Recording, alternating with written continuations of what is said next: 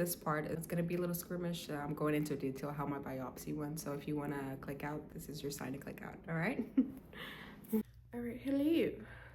I'm on a big hoodie that my mother-in-law gave me. Look how cute it is, it's a fox. Okay, I got up from over there, and give myself a break from my back. I gave myself my back a break from the heating pad because I don't want to overdo it. But I wanted to talk how my biopsy went. So they had told me I needed a biopsy. I think I mentioned it a couple blogs ago because of my kidneys weren't doing so well. And the morning off, I got ready. And when I arrived to the hospital, my brother took me, so I wasn't alone. It was snowing really badly, so there was like no people there. And I think they thought I was gonna cancel my appointment, and I was like, no, I wanna get over with it, you know? So I can get the results as fast as I can and get the right medicine. But just things ready to go. I feel like I have those little hands. So I went, and I remember I saw the doctor. I saw him, and he was like, okay, we're gonna talk about this, and you're gonna have to sign a waiver, which makes sense, right? And usually it's like other people that come in and make you sign all that stuff, but it was him. So I was like, oh man, they really must be out of people today. And then there was the nurse. It was a guy, and then he came in. He came in and he was trying to, oh my God. Sorry, if I lean my back too much, like down, it hurts more. So I have to have my back really straight, and it doesn't help that I have like big boobs. So the nurse was there and he was making jokes, which was really nice. He did my IV, and then as that was happening, the doctor was there, was telling me how everything was gonna go. And I get scared a little bit, saying, okay, sign the waiver. Are you okay with having a blood transfusion, which is really rare. It's like 2 out of 10 that happens. And then if there's also like 1 in a million that you can pass away. I was like, shit. Okay. So I signed it, right? And then my brother was there and he was just looking at me so scared. And I was like, if anything happens, they will do everything possible to bring me back. So I was a little scared, but my anxiety was starting to go. Finally, like I said, they did the blood work and they prepped me to go. The doctor was actually the one that came in to take me in the bed because that's how they transfer you in the bed. He's the one that took me to the room where they were gonna do the biopsy. And then there was some other guy there. But as he was taking me, I guess he was not used to like taking people. He was like kind of bumping me. And he was like, I'm so sorry. And that didn't help the fact that I think the bed was broken. Like what's it called? Is it called a break? I don't think it's called a break, but it wouldn't undo. So like one side was like, it wasn't rolling and then the other one was. So he was having trouble with that. He looked like he was a little nervous about that, or the fact that he didn't know how to roll me. And I was like, it's okay. I like playing bumper cards. That's what I said. And he just laughed. And then finally we were in the room, and then there was a guy there. I think he was like the more techie person that knows how to manage the equipment that was there, because there was I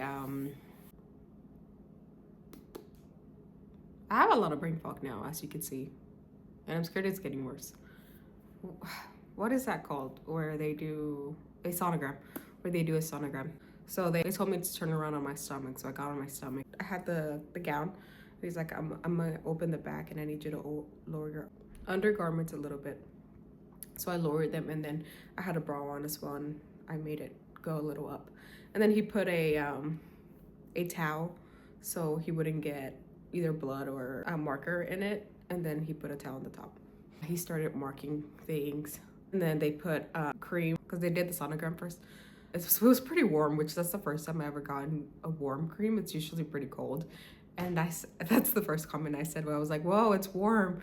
And then the tech guy was like, if you want to, I can get it colder. I'm like, no, I like it warm. This is the first time you guys have put warm on me. So I was enjoying that because it looked like they were giving a massage. I could feel they were doing my right kidney versus my left kidney. And then since I was little, they've told me that my right kidney is a little smaller than my right kidney. And I think they could see that because they went on my left kidney. They're like, all right, the left kidney looks a lot better than the right one, so we're gonna do the biopsy out of this one. He started getting the medicine ready that was gonna numb me. It was a needle. And then he told me how it was gonna go. He's like, okay, I'm gonna do the poke. it's gonna be like a shocking pain and it's gonna burn. And I said, well, fuck. Okay. And so he got it ready, and they did that like 4 or 5 times, because they go in and then they go in more and then more and more until they hit the kidney. That was really painful. Oh my God. So I was on my, like I said, I was on my stomach and I was just like grabbing into the pillow because it was painful. And then he went like a little low on my kidney side, and I couldn't feel, but I could feel it, but not feel it, like it wasn't painful, but I could feel.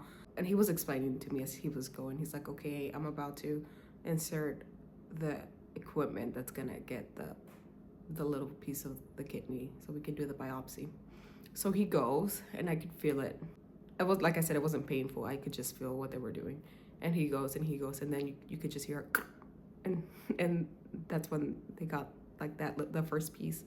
And then he looks at it, and he's like, oh, that, it looks like it's muscle. It was either muscle or fat. I don't remember, to be honest with you. My mind was starting to spiral. And he's like, yeah, I don't think this is gonna be, I think I hit lower than what we should, so I'm gonna go a little higher. And I was like, well, shit. So I have 2 little spots on my back, like 2 little holes on my back where they did it. So he put even more, like another shot of numbing there. And I think they also did a layer of numbing in my back as well, so I wouldn't feel it so much.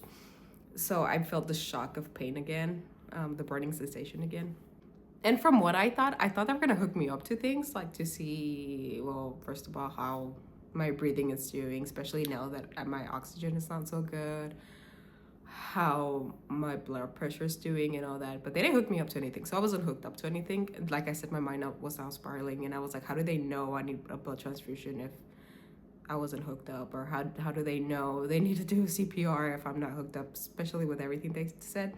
But I get it. They have to say all that for the waiver for worst case scenario, so I get that. But I think my anxiety now, especially with my meds, my anxiety is getting worse with everything that's happening. So I'm starting to think about that, and I'm like, hey, are you guys gonna hook me up to anything? And then he's like, no, you're okay with how you are. We checked you beforehand with your blood pressure, your oxygen and everything, and you look good. I said, okay. And then finally I said to the tech guy, and I was like, can you talk to me? Can to distract my mind? So he started to talk to me, and he asked me like what was my job and stuff like that. And then the doctor was actually talking to me too. But I mean, I understand with him because he actually has to like do his job and like focus on the fact what he was doing, right, which was the surgery. But he was talking to as well. He was saying what was my job, what I asked him how long has he been in charge of things, and he said he has been here for a good while. He has been here for 17 years here in Texas, and he actually went to do his residency at another state, but they came back because he's originally from here. And then the other guy was saying that he used to work at an ambulance, but then he became a tech person. He's been a tech for like 7 years. And then we were talking about, I was like, do you guys have any kids? I was just trying to make conversation out of anything to get out of my head.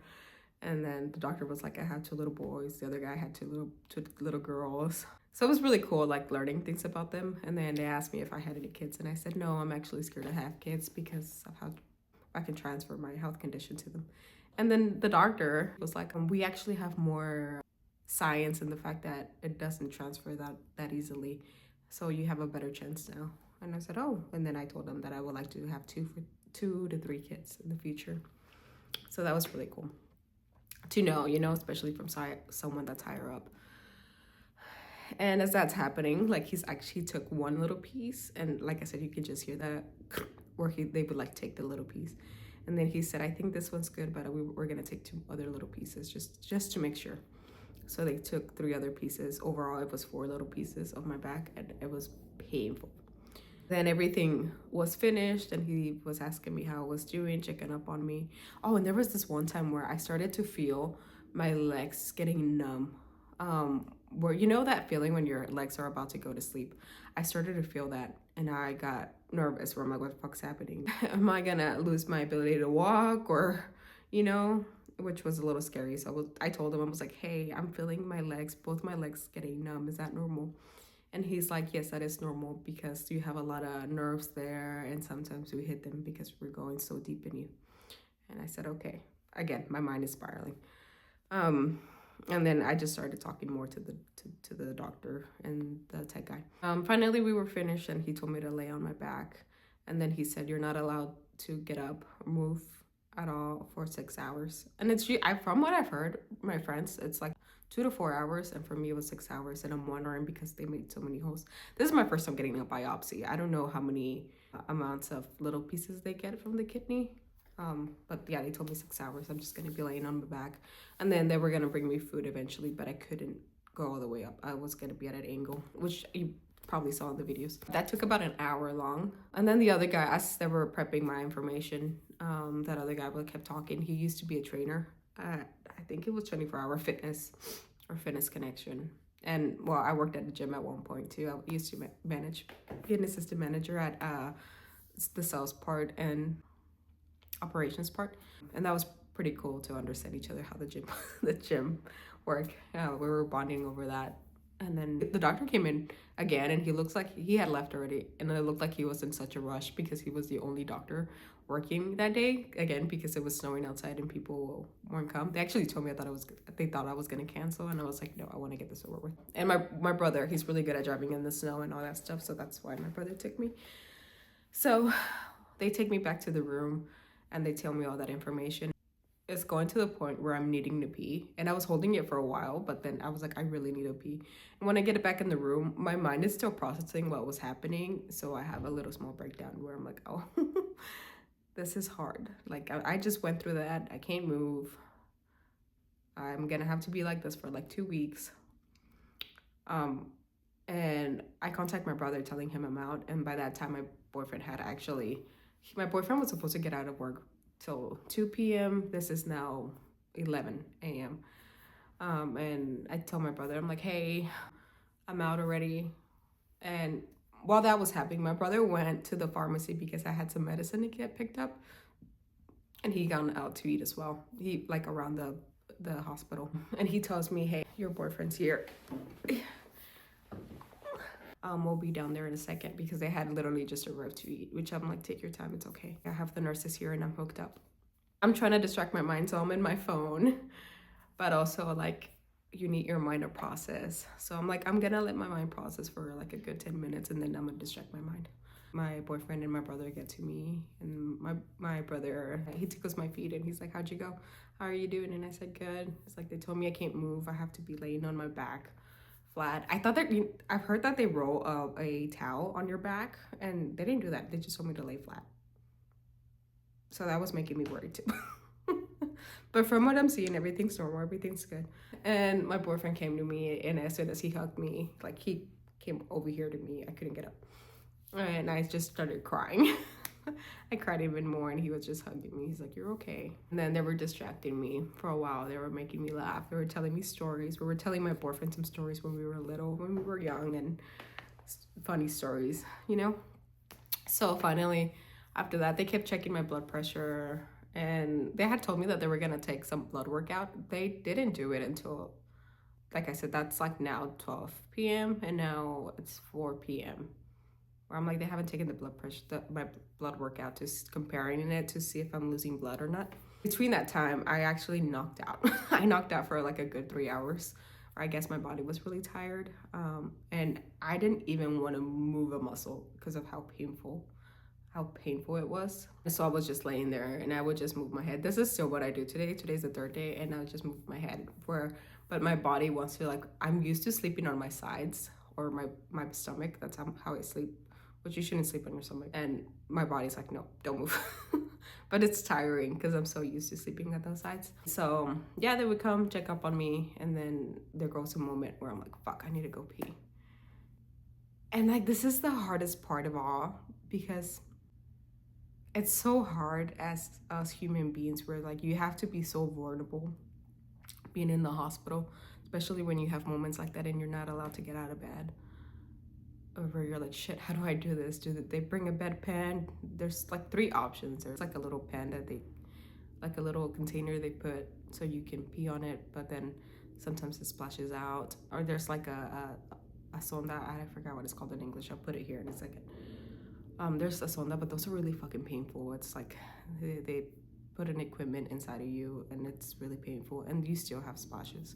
And there's this other thing I hadn't learned about this, because usually I say no, I'm gonna get up and I'm gonna go to the restroom unless it's very, very, very necessary, like this time. And it was really weird. It's like you TMI, but you put it on, and like it kind of like sucks, and it goes to like a container. And they were like, which option do you want? And I was like, I'll take the one that sucks, because I never had that before. And it sounded like it was less splashy, but I could not do it for the life of me, where I'm like, I can't do it. And then I had to close the curtain, so my boyfriend and my brother didn't do it, because like you're in such a vulnerable position where you're like, shit, it feels like you're peeing yourself. And this is just one of the hardest parts, where like people don't really think about how vulnerable you have to be with your body, and you have to let something go to be like, shit, I need to do this now. If not, I'm gonna pee myself for real. And like, what's the best option I have? And well, I'm like, fuck it, I'll take that one. And finally I did it, but TMI, but I could actually feel that I was dripping. And you feel like you're peeing yourself, right? It just sucks. But this is like the reality of being sick, you know? And the nurse left as well, and I was trying to do it by myself, and finally I was able to let go. And you could just hear it like dripping in the back into like the container. But I could also feel that it was splashing out. And then I couldn't move up. I couldn't like stand up or like move up, so I needed somebody to wipe me. And I didn't want the nurse to do it, because it's your body, right? And the closest person I have was my boyfriend, so I asked my boyfriend, hey, can you wipe me, please? And then I just started crying, and he's like, you're okay. I was like, I got you. And he made me feel calmer. But I'm like, it just sucks. Like, you have never seen me in this position, in such a vulnerable position, and I need help. I can't do it right now. And your body, it's not working at the moment, and it's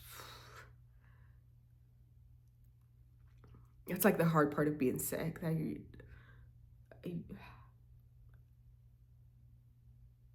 the amount of vulnerability, your pride, it needs to come down, and you need help, such things like that. And he helped me out. And there was also a moment where I would feel like it was dripping, so I called the nurse, and she was like, here, we need to position it in a different way, which actually made it worse. And then I realized that I needed to hold it closer, and then it wasn't making such a mess. And like I said, I had a pen, so nothing got wet or anything like that. But then after everything was done and my boyfriend helped me wipe,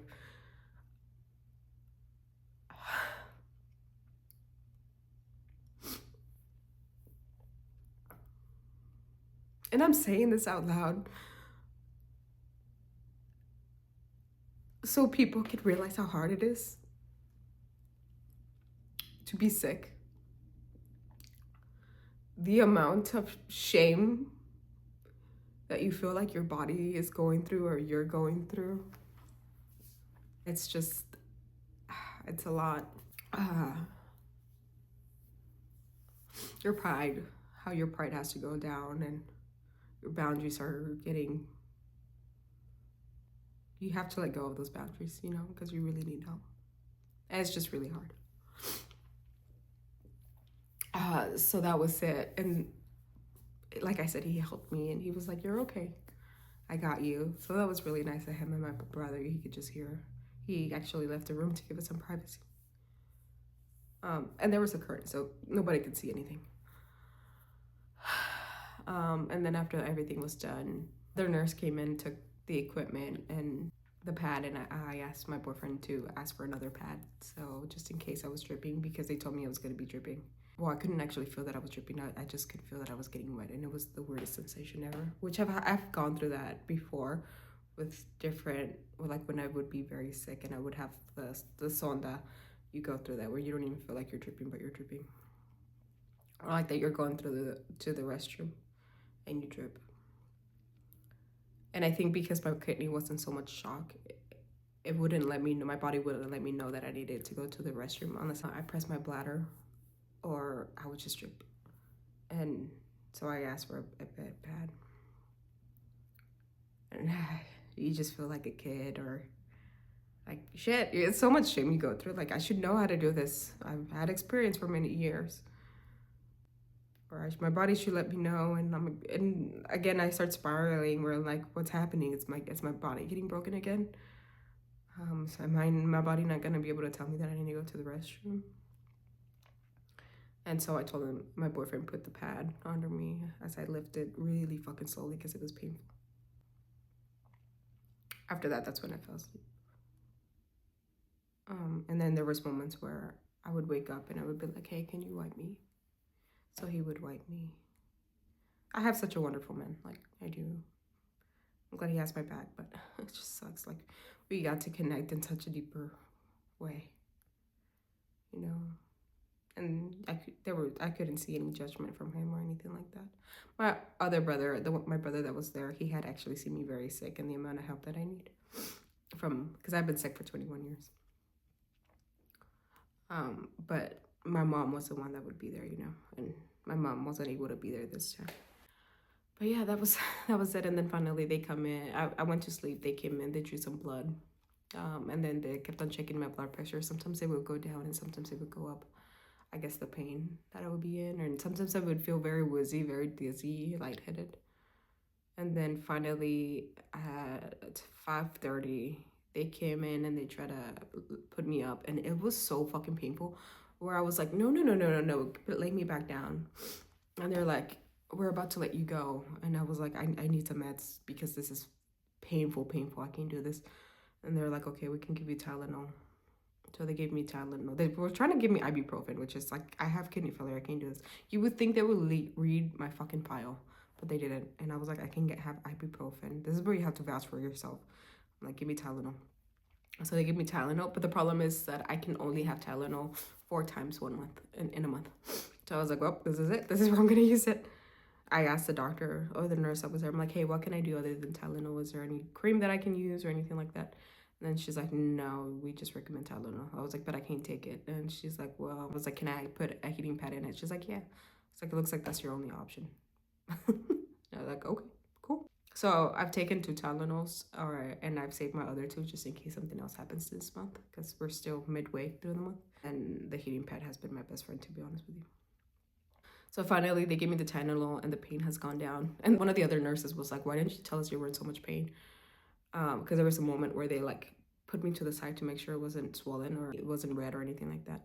And I was like, because you guys didn't ask me if I was in pain. I usually push through.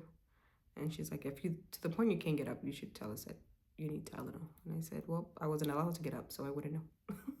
And I don't know if I mentioned there was a moment where I got up. They told me to get up to go to eat because I haven't ate for now 24 hours. And I was like laying like halfway.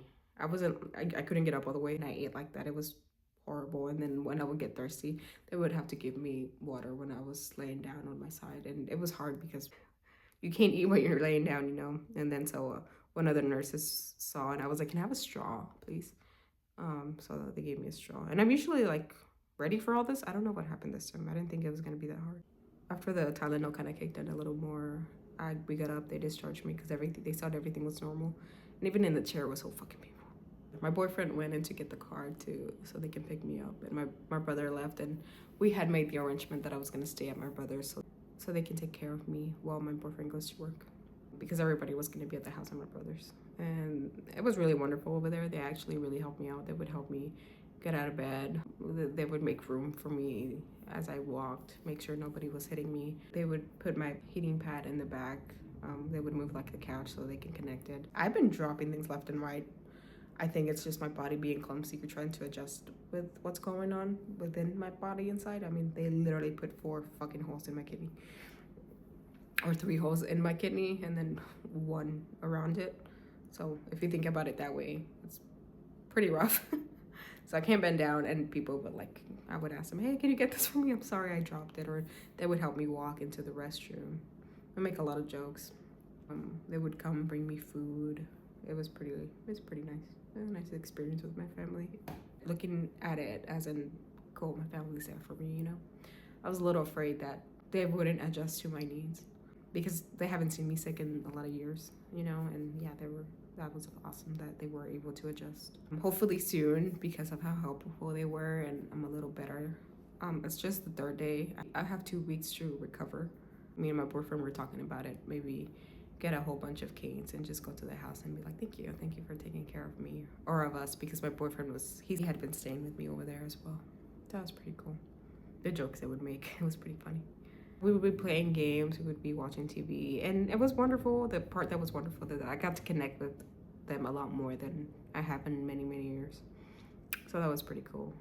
And I also got to see them because I used to play with my nieces and nephews when they were really little, and now when they're older, and that was awesome that I got to connect with them now that they're a little older, you know? So I really enjoyed that. And then yesterday I finally made the decision. I think I'm a lot better. I think I can handle myself. And that's when we came home. And I'm doing better. I've been sitting down the whole day, to be honest with you. And I can do like the simple things like go to the restroom and get food, that's the most important things. So as long as I can do that, I think I'm good. But if I do feel bad, I'm gonna head back that way, you know? So I'm very thankful for like the people that I have around me, where they have my back, my circle of people, you know? And then my other siblings were calling me, asking if I was okay, if I needed anything as well. But yeah, it's painful. That was my experience with the biopsy. And like I said, it doesn't look so bad anymore. It hurts, especially when I lean like this, how I am. And now I'm just chilling here at the house, going slowly. But yeah, that's my story of my biopsy. And I hope you guys have a good one. Hopefully I recover a little faster than how I am. But thanks for listening to my story, and I hope this helped you a bit if you are going through this as well, or if you're gonna go through that as well, or if you're just interested to hear. But yeah, I hope you guys have a good day and you guys are staying healthy. Love ya.